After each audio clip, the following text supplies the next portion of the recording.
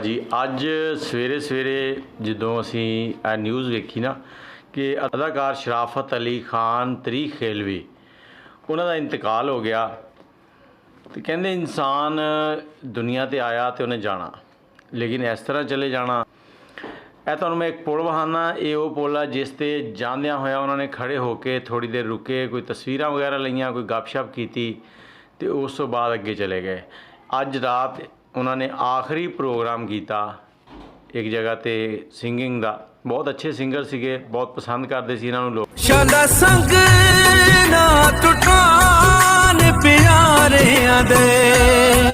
एड़ा आखिरी प्रोग्राम इन्होंने किया, पहले ये थोड़ा जिहा सुन लो।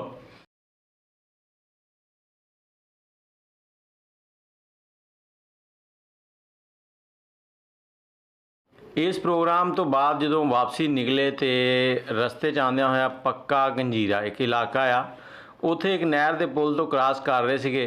तो पुल तो क्रॉस करदियां कोई हादसा पेश आया या की वजह बनी वो मालूमात तो हजे नहीं आईयां, लेकिन उन्होंने गड्डी जिहड़ी ना वो नहर दे विच डिग पई। नहर दे विच डिगी तो सुबह का टाइम सी, हनेरा सीगा, मतलब 2-3 बजे का। 7 बंदे सीगे विच, एक शराफत अली खान साहब तो 7 उन्होंने नाल जिहड़े म्यूजिशियन वगैरह या दूसरे उन्होंने नाल दे बंदे वो सीगे। सारिਆਂ ਦੀ मौत हो गई मौके ते।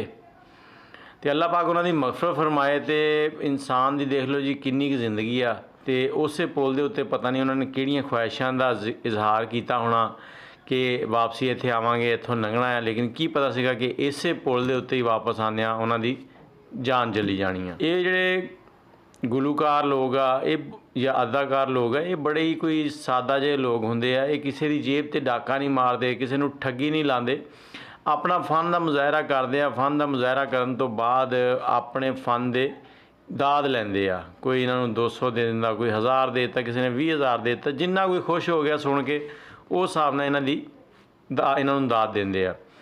ते शराफत अली जिहड़े सी ना वो बहुत ही ज़बरदस्त गाते सीगे, बहुत ही इन्होंने गाने भी गाए, नूहे भी गाए।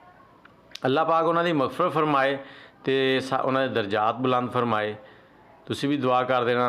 तो उन्होंने आखिरी ख्वाहिश जी सी ना वो यही सी कि छेती तो छेती ना घर पहुँच जाइए। बस घर नहीं पहुँच सके तो अल्लाह नूं प्यारे हो गए।